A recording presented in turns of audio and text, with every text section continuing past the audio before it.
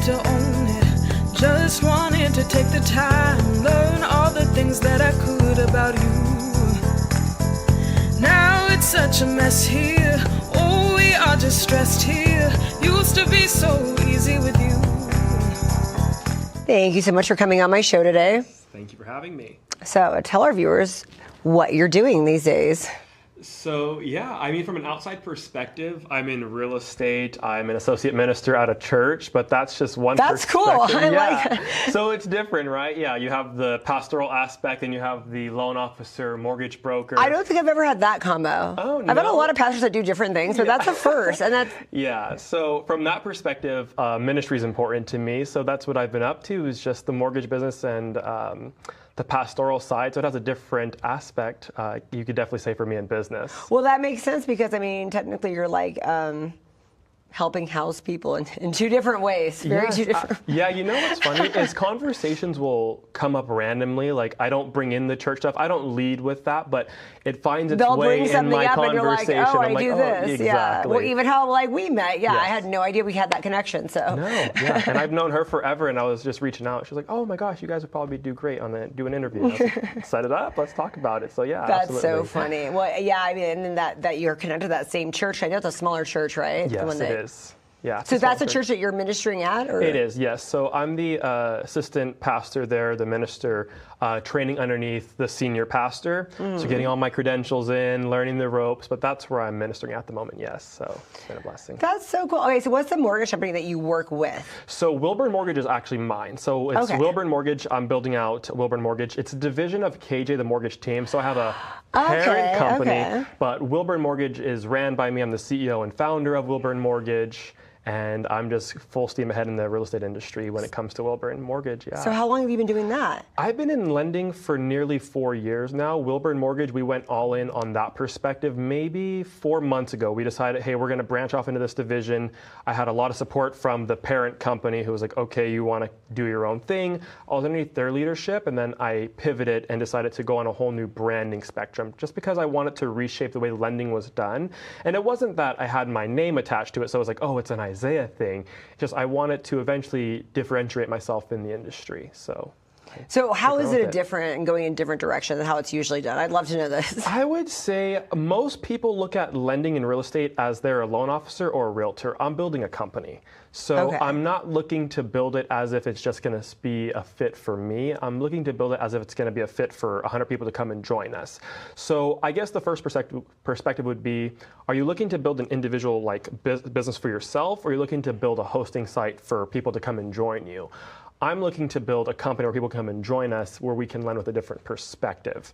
So that would be my biggest point of view, and the difference in just the operational system, the way that we do things with our clients. So how do you do things? What's a different perspective? I would say for sure, I feel like real estate has a really bad attachment of like, it's all about the flash and the money and the commissions. And I don't want to make it cheesy to say, but it really is for me about the customer first. But being a solution-based lender, you have to have more products that are outside of the parameter. When I first started, for instance, I was a direct lender. Nothing against the direct lending space. However, it was very FHA and conventional, right? So if you weren't in those two parameters, you weren't doing a loan. I started diving into DSCR loans, self-employed borrowers, 1099, WVOE, and what I was finding is there is a lot more products and programs to help different clients in different backgrounds, whether it's down payment assistance or first-time home buyers. So the biggest perspective would be the knowledge base that's behind us to actually empower people to be able to obtain home ownership or investment.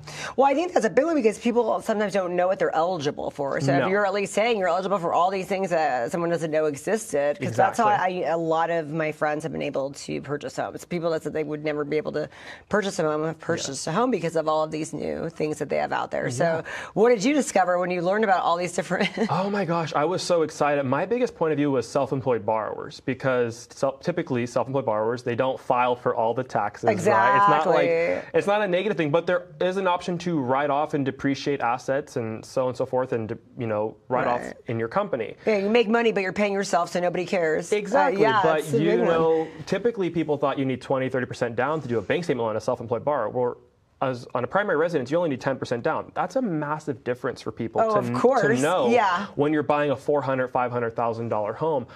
But another perspective to that would be is actually speaking with someone and explaining to them. They don't know it's an opportunity. I have an older couple I'm working with right now, not like older than me, right? So they're in their later 50s, earlier 60s, and they just legitimately didn't know that this self-employed program to use their bank statements even existed.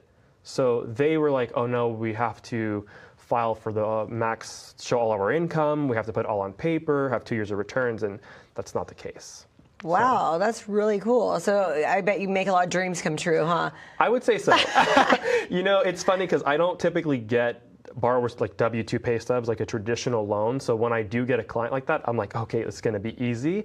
But I find myself just dealing with business owners or people that I would like to say outside the box lending, and they need a little bit more love or touches on the file. So you know the hard work. So when you get an easy client, it's like absolutely, yeah. That's absolutely. pretty cool. It's better to be like that than the other way around. I would say so only because the fact of if you're, especially in the real estate market, markets shift and change all the time. So it's easy when you're in a positive market and everyone's transacting, right? It's easy to do an easy loan. But when the markets shift, I don't want to rely on just those type of loans that are easy. I want to know what type of markets I can go through. And for us, we focus on non-QM is what we call it. What does that mean? Non-QM is, so an FHA loan and a conventional loan would be a government-backed loan. So it conforms to Fannie Mae, Freddie Mac. A non-QM loan is not underwritten or automated by either one of those providers.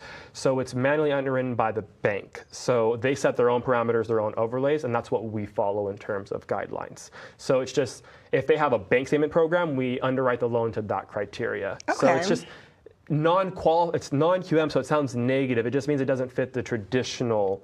It's not a government-backed loan, but it's still a fully underwritten loan. It's not like 2003 where you can just say anything and do a loan. That's not the case. No. That's really cool. And so what have you noticed of the shifting of each year, each month? I know everything changes, and people are always like, oh, don't tell me it's a good time or bad. It's always a bad time to buy. It's never the right time, so you just have to get it whatever you want. Do you have any tips at all for that? Yes, it's funny because from a real estate side, everyone's like, oh, it's always the best time to buy a house, right? Because like, well, we're trying to sell something. But truthfully, if someone tells you that they can dictate the market or track the market or in 2 years from now the rates are going to come down, in all honesty, they are full of it. Because there's so much data that does come out for people to kind of make a judgment call based off of, but really it's going to be affordability. You have to know as an individual what you can afford and what it looks like for you and your family and or your household or for your investment. So it's not a perspective from what everyone else is doing, it's a perspective from what you as an individual can actually afford.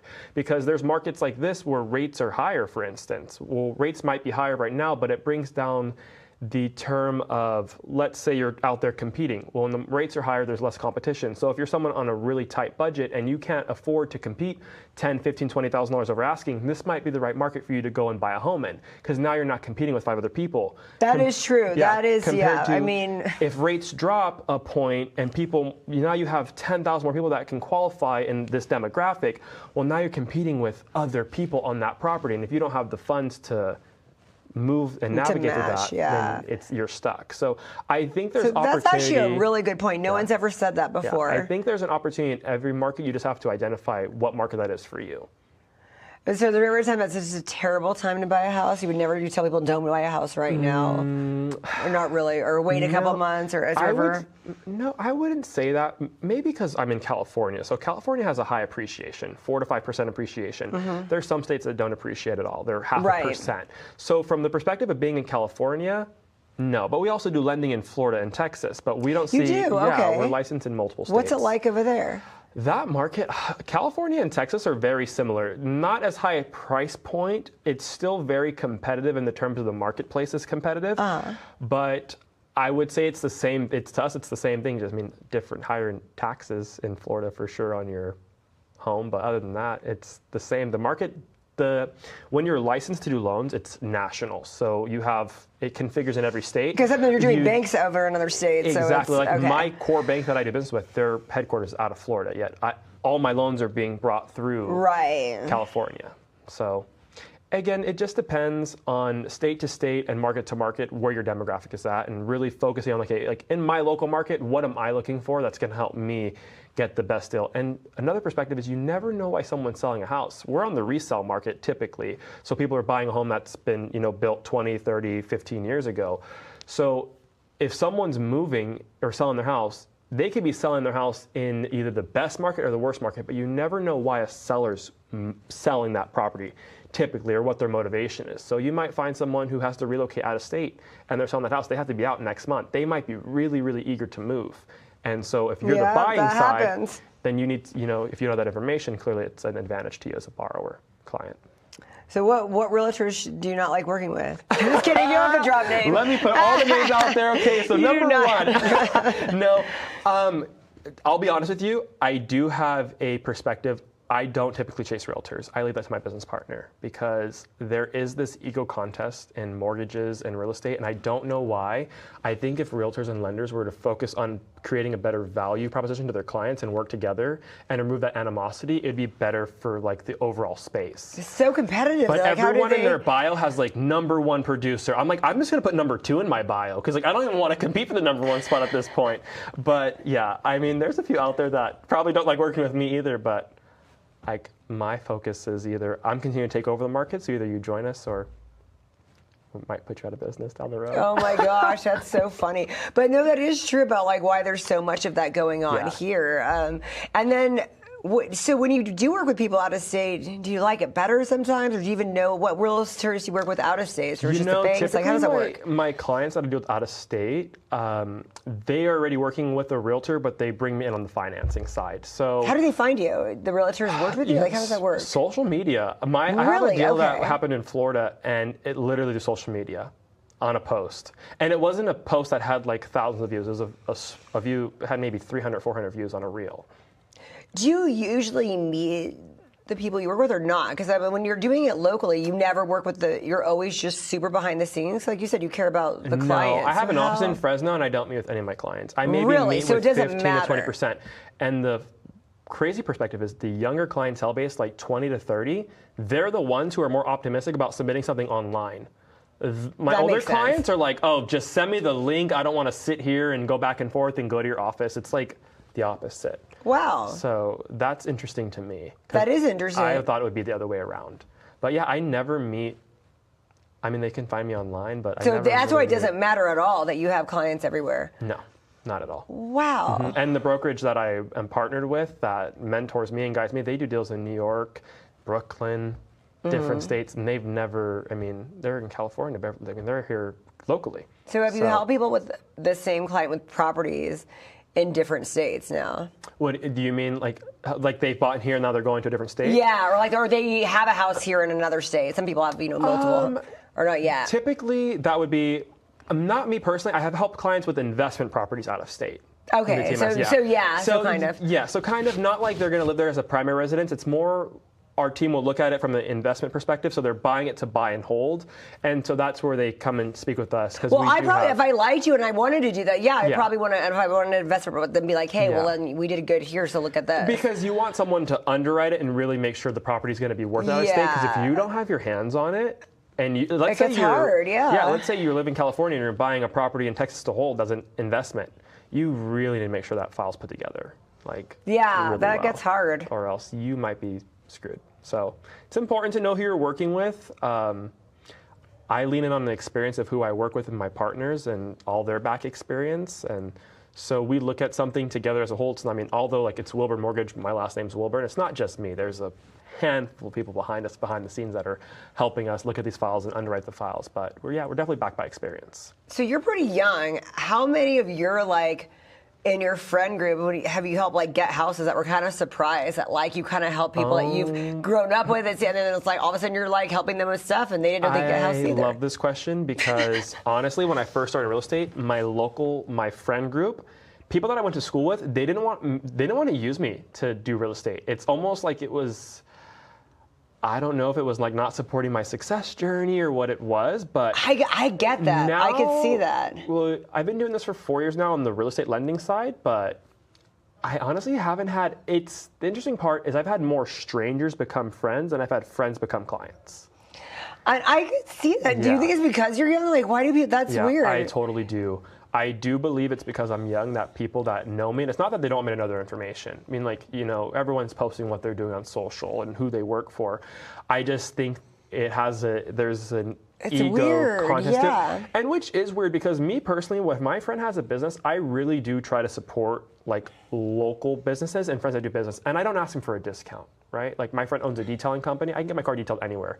I might spend $25 more with him, but I'd rather support him. I grew up with him. We went to school together. Like, it's just supporting I don't know. If you're my homie, I would demand that you give me the best deal. But I'm shopping around, and you better give me the best deal on everybody. I'll give you the best That's deal what I would ever. say, though. So that is kind of funny that they're not supportive. Well, yeah, because you would have that moral aspect. Like, hey, I know you. That's how I would be. I expect that. I'd be on that end instead of the I'm not going to do anything. Yeah, like, hey, I expect you to give me a good deal. That would be me. So yeah, but I definitely had a few friends from high school, people that I know that have definitely sent me business, but for sure, a majority of my business is strangers. Well, because I would just think that you are in the know and you can get, I would think you would have helped some of these people, and I know you have, you said you help other people, strangers that like didn't know they could buy a house. Because that I think is really great. And like I said, I've seen friends go through the process.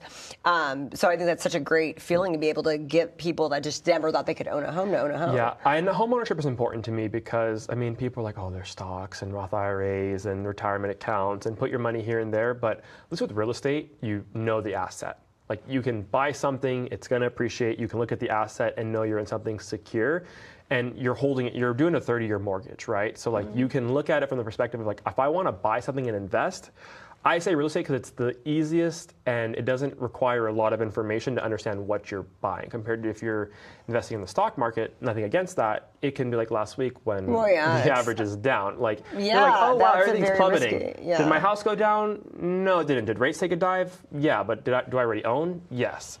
So from my perspective, when people are like, you can invest in stocks and do all these other ventures, I'm like, okay, the average person is probably not going to want to, like, if they have a family and they have a full-time job, when are they going to stop and take the time to like, hey, let me learn charts and know when to buy in the dip? Like, it's not happening. So I believe it's a safe space for people to start investing and to put their money, honestly. Oh, for sure. Yeah, and I take that perspective from, like, my mom was sold a bad loan back in 2004, 2005. Like she foreclosed on a property that she bought, and it was a no income, no doc loan. And my parents were correctional officers. They did very well. My father ended up actually getting sick, but overall that loan should have never been generated. So what happened with that? What did you learn from that experience? I was little, but looking at it from it now, definitely over leveraged. Too much house, and when one of those household incomes went away, and the loan wasn't underwritten in the way of like, hey, let's look at all the incomes. It was a time where you can go buy a house and it was $500,000 house. You can buy $500,000 house with just, here's a credit application, fill out your information, and we'll give you a loan. We're not calculating your payment to income ratio and your debt to income ratio. We're just really looking at your FICO score, and if you have a pulse, you're approved. There's a certain down payment attached to it. There's a certain FICO score attached to it. There's still criteria. Yeah. Clearly, I'm saying it, yeah, of course, like a clickbait perspective. Like, I want you to watch the content, see what I'm talking about, and learn about it. But those loans from prior, those loans don't exist anymore.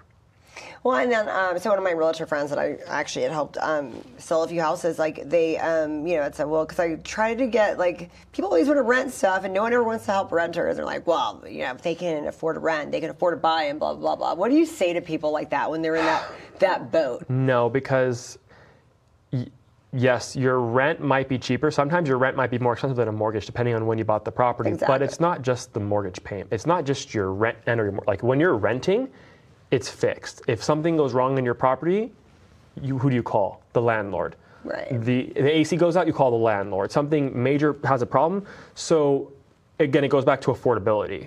Yes, you're buying the house. Now you have to do the yard. You have to do all the maintenance. Right. You have to insure this property. You have to upkeep the property. There is additional stuff. So when people say, oh, you're throwing away your money in renting, you might be for a time, especially if you can qualify. But there's a time, there's always a season in everyone's life for everything. Your season might be renting, right? That might be your season for a year or two, but there will come a time when it might be buying. So again, I would say it focuses more on the person. What does your season look like in your life, honestly? So yeah, even though because I was like, well, but who else? But so when people are renting and doing stuff like that, do you help people like that at all, or it's just strictly if you're owning? No, I have had do I help people find houses to rent? Yeah, in that situation. I have had people reach out to me, and I just connect them to if I know a realtor I have one of my realtors that does rentals. Yeah, of course, I'll forward the information. You don't do any paperwork regarding any of that stuff? I don't do any paperwork regarding it. No, and I don't have anything against. I plan on opening an office in Florida at the end of the year. I'm not going to buy a home in Florida. I'm going to rent it for a year. I'm going to make sure that this is sustainable. Right. I'm not going to open up a company in Florida, buy a house, and then be leveraged where I'm stuck here. I'm going to for sure rent a property in Florida before I commit to it. So again, it goes back to what it is. But in different markets, there are markets like in Texas where rentals are a really popular thing. The real estate agent will get paid commission on it. They'll get the first month's rent on that rental deal. Yeah. I lived in Atlanta, that's how it was too. I mean, I had a lot of realtors helping me rent, Yeah, that's a whole niche. It's just not a niche for me here, no. Well, and a lot of people, it's not here. I've noticed that. What about commercial properties? Do you do anything in that market? We are now in the commercial realm, and it is a blast. We're working a deal right now, 64 units. So we're working a $5 million deal that came about through referral, and we just dove right into it. Wow. So I wasn't doing commercial at first. I was really focusing on just my SFR or 1 to 4 units. It's smart not to jump into everything right away. Yeah, you want to for sure carve out your market. Right. Because if you try to put your hands in everything, you're going to fail. Exactly. So we've mastered the non-QM world in our sector. And then a commercial deal came across our desk, and it was more of a loan where we're competing. What is your rate? What are your terms? What are your fees? What are you charging us? So it was one of those type of deals where we could meet those needs and beat out the other lender. So we did. Wow. So what is the property? What was that? What is the commercial property that it is? So it's a 64-unit commercial. So anything over 10 units would be considered commercial here. But this is commercial in terms of investment. So units, right? So they're renting out. They have a commercial deal where it's 64 units. They're renting out all the units. So is it apartment buildings or is it buildings with office buildings? No, it's apartment buildings. Okay, that's right. So that's what I was trying to figure out. Okay. But I've done commercial too, where I've had a client with a flooring company. He needed a massive commercial building to put all his material in-house. I've done those deals too. So they wanted to buy a commercial building to put their material work. I've done that as well. So if renters came to you, you could be like, hey, well, then we just did this property over there, so go check them out. And exactly. Call them and say, hey, give them a good deal. They came my way. Yeah. I've shown people, though, past fundings. Hey, we've closed this deal. So, we can get it done. So if you're looking for something like this, or you're kind of on edge, hey, can we get that deal actually funded?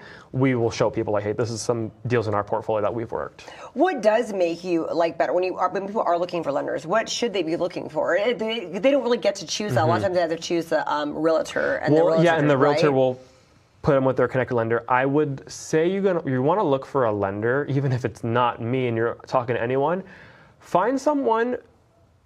If you're a lender, if they're working with a lender who's trying to sell you, you can't sell your way through an escrow. I do not try to sell my clients. I am big on product knowledge and discovery. You want to make sure you're interviewing your loan officer and your realtor. It's your right as a client. So they should be well aware of who their lender is. Absolutely. How long have you been doing this? Who do you do your business with? Exactly. Who funds your guys' deals? What do your turn times look like? What does your underwriting look like? How can you guys actually get this across from me? Can you explain the docs? Can you explain the loan program? Can you explain the interest rates? Can you explain amortization? Interview your loan officer and interview your realtor. You should be asking questions as a consumer. And again, from my perspective, you can't sell a client that information, because you can't try to tee up a sale to someone and say, oh, well, I can do this, isn't this better for you? I come from the approach of the knowledge aspect on this is how a loan works and why, and this is why this loan program works for you and why I believe we should go this route, and that's what I sell to my client. I don't try to sell the dance of I have the lowest rate and the fastest approval time. 99% of my competition does that. They can all go after the lowest rate. I'm not always the cheapest, and I don't want to be the cheapest, and I'm not a discount person. So when you come and work for us, you might pay 25 basis points more. It might be a little bit more expensive. Underwriting fees might be a little bit higher. But I know when I'm charging you to work with me and my team and my processing team, we can get it across the finish line when we open up a deal. It's all about perspective. Like you said, in the long term, it could be better. Yeah, absolutely. So. I have a client I'm working with right now, and we're hitting him with a perspective of saving him 1 point on origination, which was saving him $15,000. And he straight up told us, I'm not interested in this $15,000 I'm saving. I am solely concerned on getting this deal done. like the $15,000 on this contract size is irrelevant if we can't get it finished, right? But outside that's a big savings. I don't know who's like, hey, I don't care if we save it. I mean, he cares, but he doesn't care if like it doesn't happen, right? Because then it's just okay. it's figment. It's just a part of your imagination. Like it never really transacted. But if you are a client, make sure you're asking questions. And I always tell my clients, ask questions before we start and as we go throughout the process. And don't be afraid to ask a question. Well, and that's really good because I think, I think because you are young and awesome and eager. Because some people just get, I don't know if they're lazy or what, but I know a lot of, I had a friend who had just sold her house and when she was going through the process, other people came and it was like in escrow. And then what happened was that person wasn't eligible for the loan. They weren't, they were eligible for this much and her house was like this much and they weren't qualified for that. And that was like a big, so who messed up on that one? You think the loan lender? Officer. It was in the because if they don't qualify for that loan amount and they're in escrow, they typically, you're supposed to run a loan through DU to get it approved. To make sure you qualify for that qualify it. And if you're pushing the ratios, you got to be careful because things that come up. Yeah. Flood, you might need flood insurance. You didn't know the home was not zoned for flood. So there's little nuances. So you make sure people have wiggle room when you're giving them so stuff. with our team, we pre-underwrite everything. So we're a brokerage, so our loans, we can do loans in-house or we can broker it out, but we basically pre-underwrite all of our loans in-house, 24-hour pre-underwrite before the loans go out. So we know that we've met every single criteria. So if that loan does have a hiccup, we can argue with the lender and say, like, whoever the wholesale channel is giving us the money, like, no, we've actually already reviewed this guideline. Here's why we can do X, Y, Z. This happened to me today. I submitted a loan on land and the underwriter was like, oh, we don't do agricultural. And I'm like, wait. I brought in my account executive. I said, per the email, we've already went through this. Based on the LTV and the client's FICO score, we were eligible for your program. Please re-advise.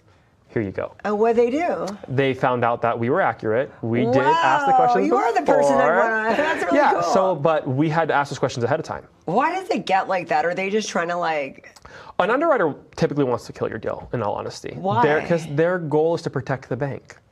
And I get it, but have a little. Well, if you're never doing that, then you got to be. I don't want to say. There's a company when I first started, I felt like I had to compete with my clients and my own internal staff. I was like, why is this like a boxing match? Like they're looking to kill my deal. I was like, okay, I can't do this anymore. I need to work with people who have flexibility and have common sense. So common sense is a big part of lending that a lot of people miss respectfully. You don't have it, I don't know, read a book or something. It must be like I said with that example of what happened to my friend. Because she was very upset because she was like, why could I have sold this? And she ended up going with a whole different, after that went through, I think a whole different lender and realtor and all of that. So and things happen. Things happen sometimes for the realtor and the lender that no one can control. Things are going to happen. I totally believe in not being attached to a deal until it's funded. So that's the smart way to be in anything in life, right? Yeah, no attachment until we're at the very, very end. It's like if you're dating someone, you're just in that phase. I don't have no extreme expectations. I'm just going with the flow. I'm learning who this person is, but you don't have a real solid commitment until you know that's who you're meant to be with, right? It's like anything. You can attach that philosophy to anything you're doing. Just reduce your level of attachment because it protects you. And it protects, personally, it protects me. I'm not tied to this check that I might get. I'm when it's funded, it's wired in my account, then I'm satisfied. That happens. Oh my goodness. This is so great. So are you really good about telling us what's going on in your world, on your social media with what's coming up and different tips and stuff? Because you seem like you have a lot of... So in terms of my social media, we are definitely taking off. We have a chief marketing officer in-house. We have a chief technology officer building out tech stuff on the back end side. We're rolling out ads back actually on TV for advertisement. We're increasing our content. We have increased our overall content and really to bring just awareness to products.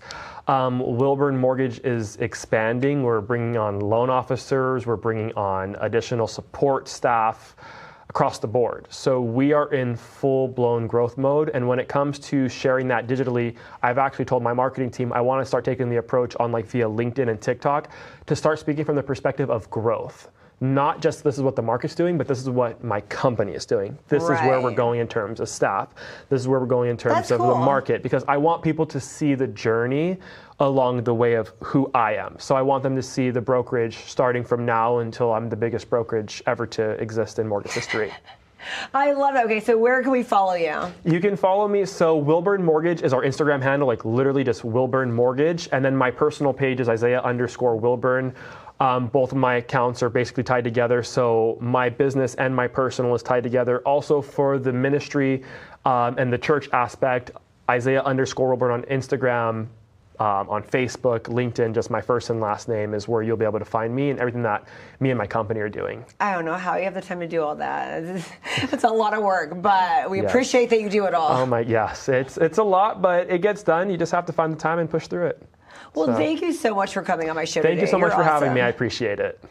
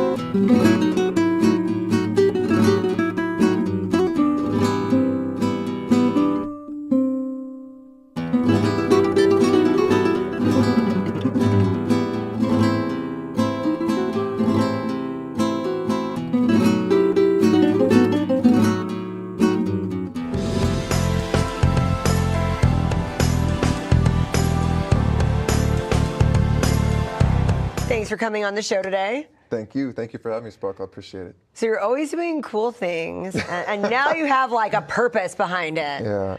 You know, well, I think that's kind of who I am. I always have a purpose, right?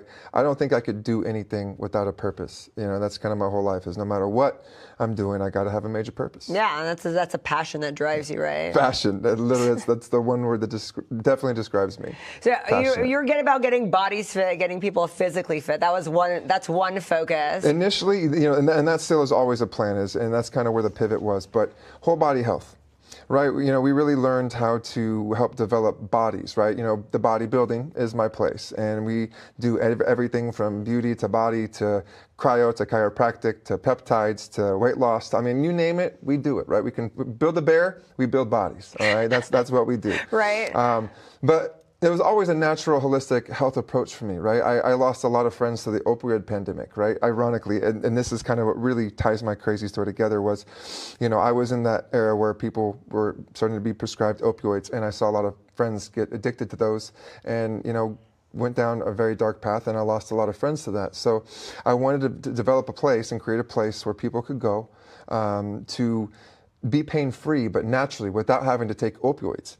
So I found cryotherapy, I found, you know, laser therapy, infrared saunas, halotherapy, all these pods, natural body wellness, right? Whole body health, vitamin injections, NAD infusions, stuff like this where we don't just want to push another pill on you or poisons on you. We want to actually help your body heal in a natural way. What are you deficient in, right? Are you deficient in testosterone? Are you deficient in vitamins? What nutrients are you deficient in? We'll put you on a supplemental program, right? We'll put you on injections. We'll put you on some sort of protocols that will help you be ultimately healthy. And I think that's where people lose a lot of sight of is like, listen, we're not going to do anything that's not natural. We want to actually help your health. And so that's why I really created the bodybuilding, was to give people natural whole body health development and teach them how to manage that, whether it be weight loss, weight gain, but understanding the body. Hormonally, testosterone. I mean, men need this stuff. You know, they need to get this to be able to function, you know, and it's not just something that you can just, oh, well, let's give you more pills, let's prescribe you this, or give you a shot of, you know, something that's not actually working. You know, we wanted to take a very good approach and a holistic approach so that we can understand your body, test it, know what it's deficient in, and then heal it. Exactly what I'm doing now with pivoting with our nonprofit for autism. I bet you saw a lot of people, they always feel so much better when they do everything naturally like that, right? Because everything else is a Band-Aid. Girl, obviously you take care of yourself, so you know how to take care of yourself, right? And when you do that, you have to make sure you do all elements, mental, physical, spiritual, emotional. You got to take yourself. I'm a firm believer that your brain and your heart is a direct reflection of your body. Means you're doing pretty good, girl, you know what I mean? So keep that, that's the difference, right? If you're in a good headspace, you're going to take care of yourself. And if you're not, you need to take care of yourself so that you can be in a good headspace. Right. That's the game changer for everything. And that's really what I try to show at the bodybuilding, is that we want to walk you through everything. We don't just want to say, do this, this, this, and this. And you have a lot of options. There's so much stuff. You have like a lot of toys. Everything you can imagine. Everything. There's not anything that I don't have when it comes to body recovery, to holistic health.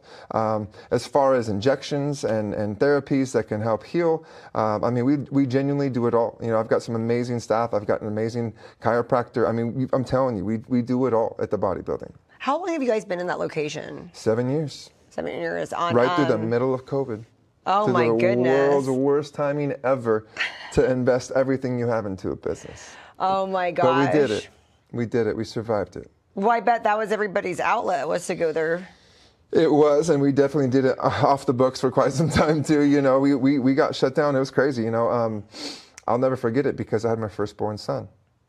During that month of March of 2020, I had my firstborn son. That's essential, though. I mean, because it's not like just a gym. It's like, I feel like what you did was essential. Well, I'll get there. You know, what we do is definitely essential. But I literally had my firstborn son go home, you know, trying to enjoy the moment, and then we get all these TV things, these notifications saying that everyone's shutting down. Right? I'm like, absolutely not. I'm not shutting this down for this. This is Exactly, I knew right away that this is ridiculous and this is too much. And then all the forced everything, the manipulation, the gaslighting, and you could see right through it right away. And I'm like, I'm not shutting down.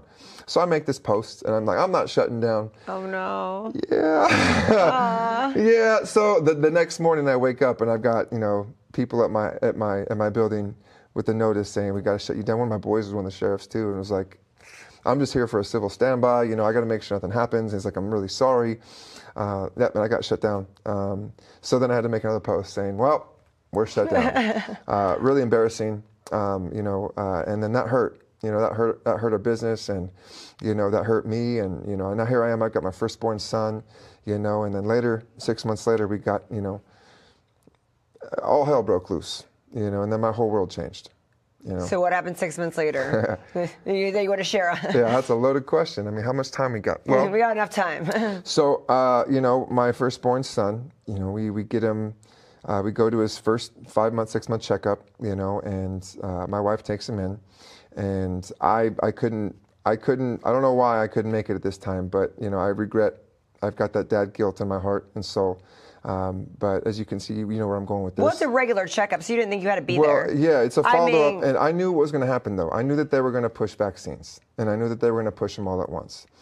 And in my head, I'm like, no, it's fine. Nothing's going to happen. And you know, my wife gets there, and he tells her, these 5-in-1, all these vaccines, these catch-up vaccines, you know, they're safe and effective. They're perfectly fine.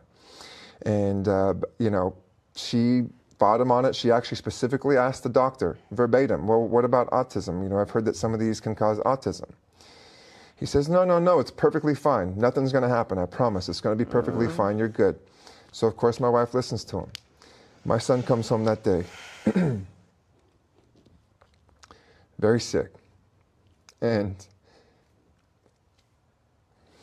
Sucks. His lights went out, and I watched it happen with my own eyes. Serious. And, you know, if you go back to the doctor and you say, my son and he had peanut butter and he had an allergic reaction to peanut butter, and you take him to the doctor, they're going to treat for an allergic reaction to peanut butter. Right. If you take him back to a reaction to the vaccines with the spiked fever of 104, 105, and that baby's getting that sick, and they're saying, oh, no, it's not the vaccines, it's perfectly fine, it's just normal, take some Tylenol. No way. Are you serious? That's yeah. And he came home sick, and that's when we knew something was wrong. And right fast away. forward, you know, he starts stimming, he starts getting all the signs of autism. He misses all of his milestones. And he was perfectly fine before that day. And he was already perfectly fine. He was lighting up. His light was on, and he was there. And he was making noises. He was staring at me. I posted a video. It went viral, you know, and it showed his light, and then it showed the day after to where he couldn't even keep his eyes open. And you know, and then that's when I had to really start going down my rabbit hole of what autism is, where it comes from, and It sucks. And how to deal with it. And then my whole life changes. You know, I have this whole plan for my son. You know, I have this recovery facility where I take care of pro athletes. I help athletes get to the pro athlete level. So I have this whole roadmap of his life planned out. Wow. And that changes overnight. And not to my own discourse.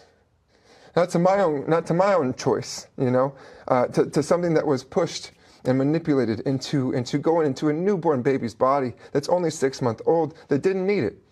But we were told that doing all that at once was safe and effective. And now, you know, you're hearing millions of stories like this coming out across the country of people saying, my son or my daughter were vaccine injured, and no one wants to listen. And so many doctors stand by this Yes. and say it's the best thing to do. Yes, and my fight is at birth. The babies don't need this. They can recover on their own. If they get sick, I literally posted another video. People, oh, what about the measles? No one dies from the measles. Nobody.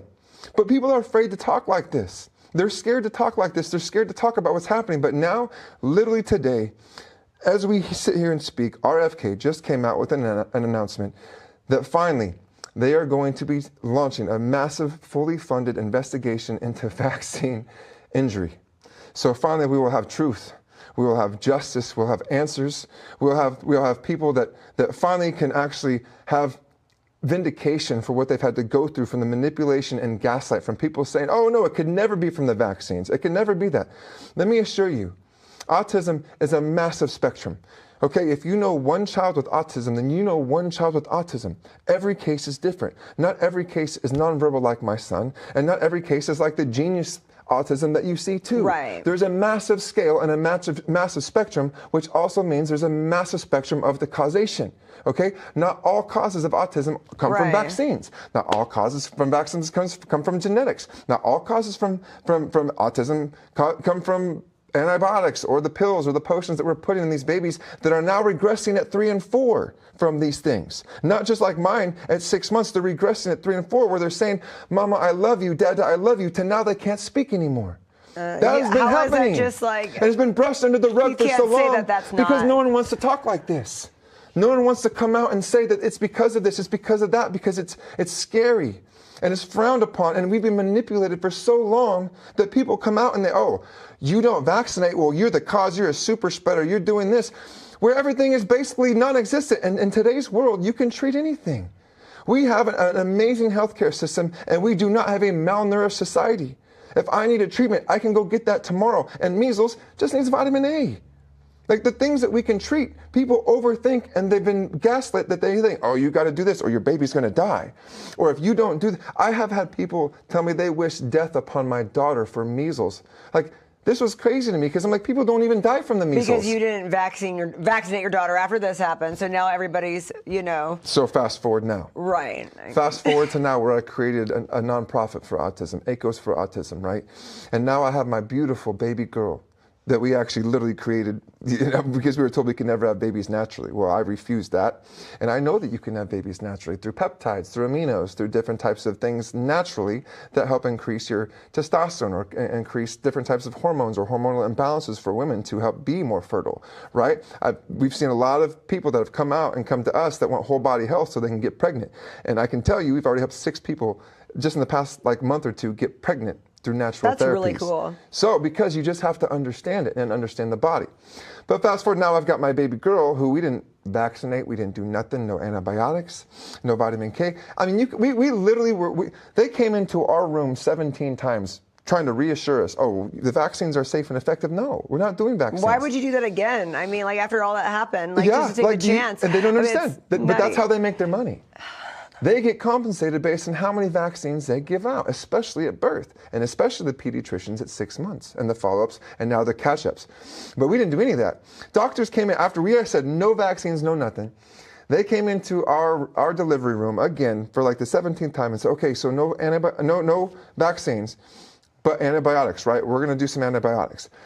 And I almost lose my stuff at this point. I'm like, are you kidding me? My wife has said no to everything. What was the point of the antibiotics at this point? So check this out. I literally look at the doctor. I go, okay, can you please tell me why? What is the point of doing antibiotics right after birth? Like, why are we doing this? Oh, you know, it's preventative and this and that. I said, this is crazy. Do you even understand what happens to the microgut biome of a baby and the immune system for 12 months if you put azithromycin into that? When you give a baby antibiotics, do you know what happens to all that? It destroys it. You're literally going to make this child sicker by giving them antibiotics at birth. And the doctor looks at me and goes, I never thought of it like that. Are you kidding me? Wow. Are you kidding me? That is really crazy to be that programmed to. They are. They're protocol driven. They don't have education on what's in the vaccines. They don't know. Right? They're taught that it's safe and effective.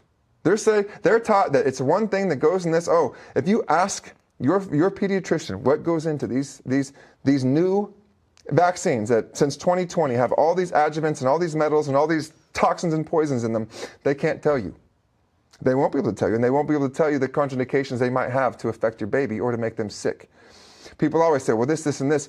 Why would you take the chance of having something permanently hurt your baby?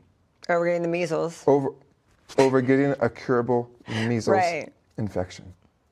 So for me, it's that's why I needed to start ACOS for Autism, so people could be aware, so I can share my story, just like millions of other people are also sharing theirs, and no one's paying attention until now. It's because there's so many of us that you can't shut us up now. You're right? When you do it to enough people, and you're hurting so many babies, at some point, we're going to have enough.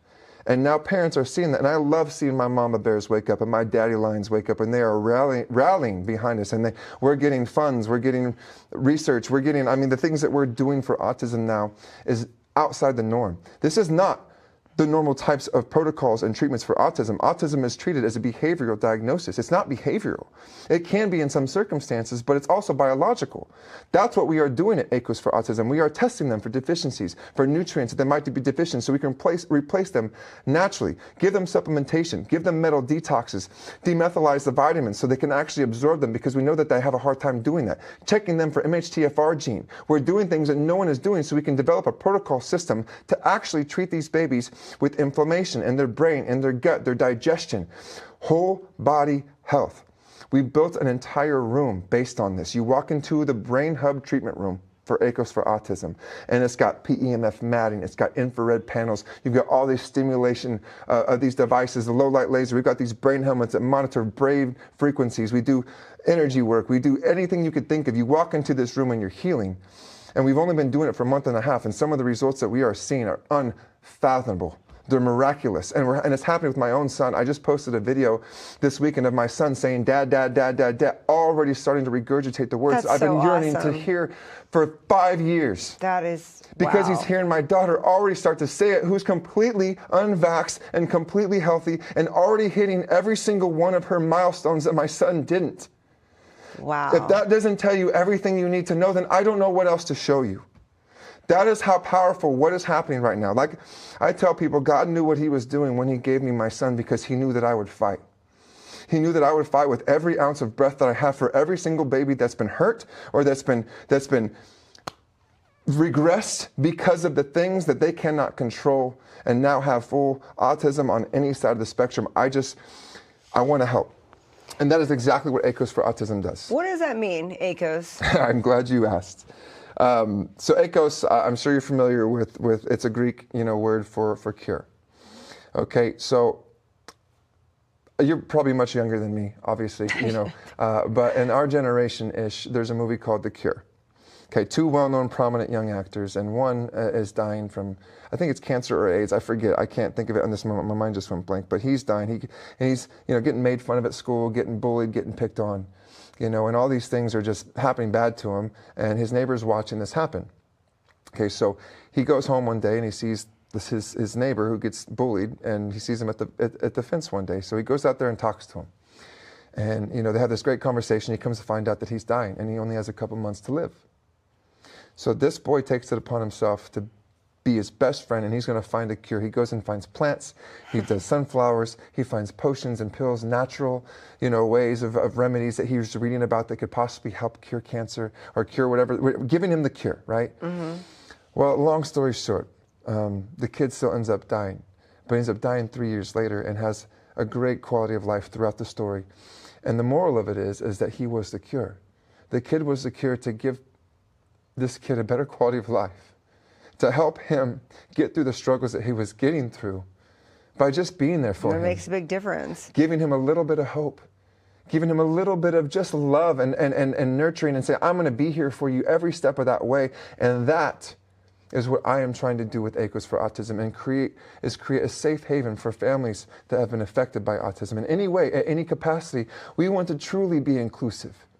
Not just to one part of autism, but the entire spectrum of autism. And that is what real inclusivity means. Not just to one side of it, but to all of it. We want to welcome people that may not have gotten the truth, that may not have gotten the answers that they've wanted to get to, that may have been gaslit or manipulated into thinking that they needed to continue to do things to their baby's body that they didn't need to do. Is that why you think there has been such a spike in autism? Is because we're getting more... It's 1 in 4 in boys now. What do you mean? And it wasn't like this back in the day. In 2020, this is the first time where we've had forced vaccines, where they were going to take away jobs, where they were going to take away these things. And then now they're putting COVID vaccines on babies first 12 months. Do people not even realize the COVID vaccine is now proven to kill and make millions sick? Like, this is proven. Fauci, it's literally proven now. Like I think it's like a study of 85 million of something, to where now they've shown that this has done so much damage in so many people, and we're still injecting it blindly. That's the problem, is people inject out of fear, not out of education.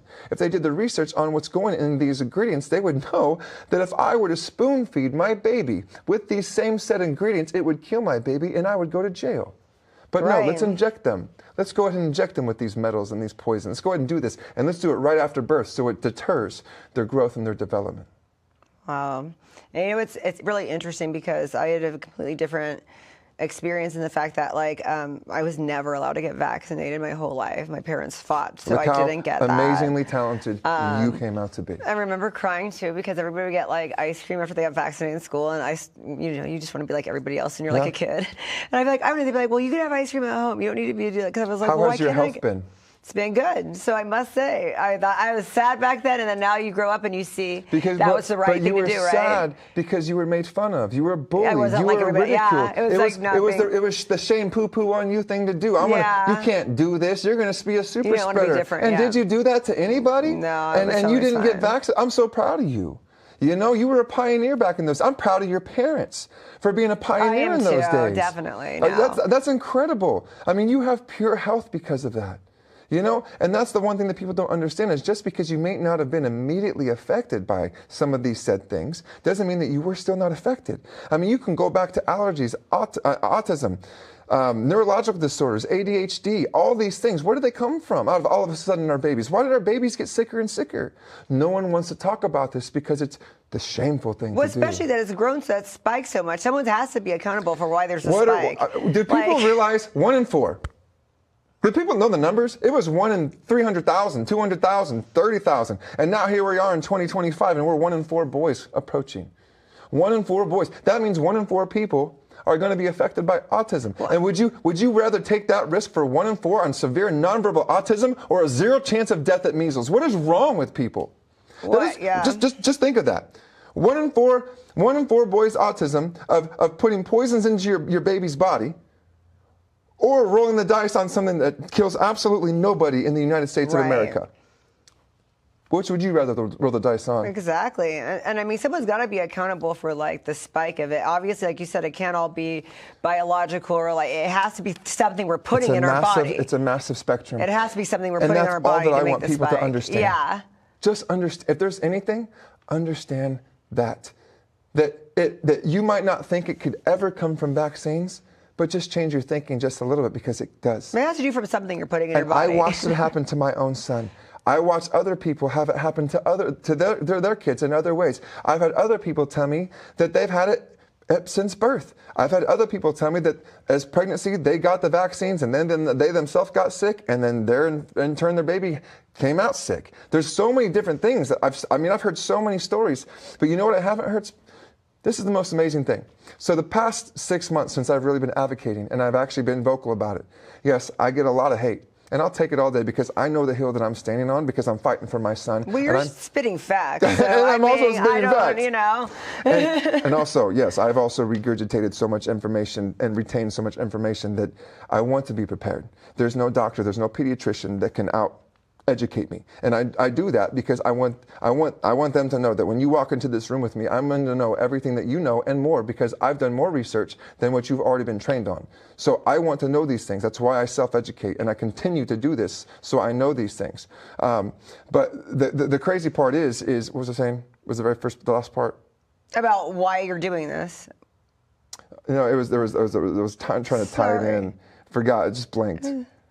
I know. It was about this. When someone walks in, they're going to know more. You're going to know more than everybody. But that's why I want to, because when I do walk into a room, with someone that thinks, oh, well, that can never happen. Well, let me share a story with you. Let me tell you these types of things. I want people to understand that there's more to it than just facts, right? There's also a human component to it, right? Like, my son experienced this, and just because you don't think that it could have happened, well, it did. And that's why this is so important, because now that they're actually launching a full investigation. So number one, RFK came out and said that we are absolutely going to know the causes of autism, right? He said this. He verbatim said there's causes of autism, and we're going to know the causes by September, okay? Trump goes on to say, yes, it looks like it's a lot of different factors and this and that, a shot, this or that, could be a multitude of different things. So, we're going to know those answers by September, and then we're going to eliminate the exposures. So that tells you everything. They already know. They know the causes of autism. They're just trying to be patient to try to find a way to educate the mass population that they messed up, and they were covering this up for quite some time. And so they're trying to find some ways to educate us on how to now say, okay, well, there's certain things that we probably shouldn't have been putting in our body. And then after they find out the actual causes of what creates autism, now they got to roll all that back. So how are they going to roll this back when everyone's so scared of mass spreading and mass? Right. It's going to be mass hysteria because people have been programmed for so long to think there's no way vaccines can cause autism, and there's no way that you should ever not get vaccinated. You are a bad person if you don't put these poisons and toxins into your body. Right? So now with the truth coming out, and now them launching a full-on investigation of vaccine injury, it tells us everything we need to know. The facts are going to come out. We're going to see everything, and people are going to have to eat crow. So, Egos for Autism, where can we support this? I know you're social. What's your social media, and what's the website, and how can we support this? Yes, you can definitely catch me on my social media, just Kasey Kahl, and then from there you can find my podcast, you could find my business, you could find my live show, and then you can find my nonprofit, Egos for Autism. So AKOS, the number 4, Autism. And you'll find our live show on there, and we have, you can actually go to acosforautism.org too, and you can donate there. You can apply to actually get your child covered for the treatments that we do. And so that's super cool. That is actually a really cool thing that we do. That. Okay. So we, like I said, we are actually to test these babies, find out what we can actually help some of their ailments with, or their symptoms, right? Because it's not like we're trying to fix a problem. We're trying to help heal symptoms, right? We want these kids to have a better quality of life rather than having all this inflammation in their brain and their gut and being frustrated and not being able to develop. So we want to help them grow and develop utilizing all types of therapies like ABA, speech, occupational, but also biological treatments as well. So with this, it's expensive. As a dad that knows the finances to having an autism child, it's not, I created this as a nonprofit so that you can actually come to us and we can have businesses sponsor these kids to get them the treatments that they need. And so that way there's no cost out of the pocket for the kids' families, and they get to come and have a safe haven place to bring their kids with autism and feel like they're part of them, feel inclusive to something, feel like they're not being, no, you have to do it this way, you have to do it this way. No, we're going to listen to you. We're going to hear what you have to say, and then we're going to find solutions. And I promise you, the team that we have, we all have families of autism. My staff is incredible because we all understand. So you're not going to get any type of subjugation to humiliation.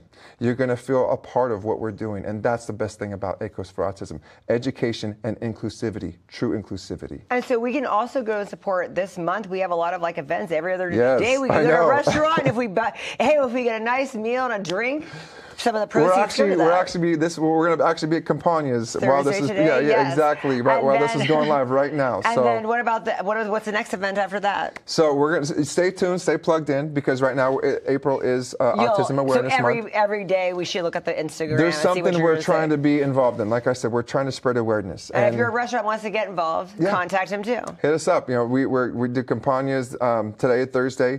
We just did House of Kebab on Monday. We did Saison Brunch last Saturday.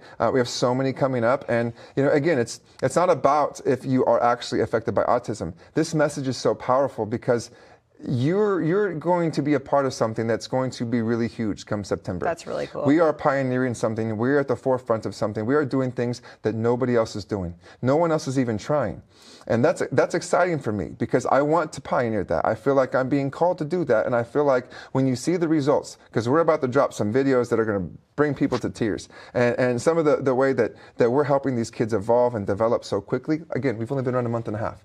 So we have had some great sponsors, some great donors, and we're always looking for more. And if you really are trying to change this community and you want to be a part of something that is so incredible, that is actually not just changing lives, but saving lives and helping develop lives, please reach out because we need you. This is what makes our community so strong, is being a part of a community that needs someone that doesn't understand that community. Because then, once you understand it, you can help share it. And the message is so strong that when people hear it, and they see what we see, you can unsee it. So please go to acosforautism.org, go to our social media, go to Kasey Kahl, go to whatever, do anything, volunteer, support. And also, by the way, on acosforautism.org, there's also a place called the Data Hub where there's all information, factual information about every vaccine on the schedule, what's in the vaccine on the schedule, and what the contraindications of what may happen, what you should be. That's really awesome. A lot of information on the vaccine so you, as a parent, can make an educated decision on that. Thank you so much for coming on the show today. Thank you for having me. I really appreciate it. Sorry for all the passion. Felt right in the moment, felt right in the summertime. It felt right drinking cherry wine with you. Just wanted to own it, just wanted to take the time, learn all the things that I could about you. Now it's such a mess here, oh, we are just stressed here. Used to be so easy with you. Now I must confess here, oh, I must confess, dear, don't think I'm in love with you. Winter is coming and I don't know what to do, and there's no more use in running.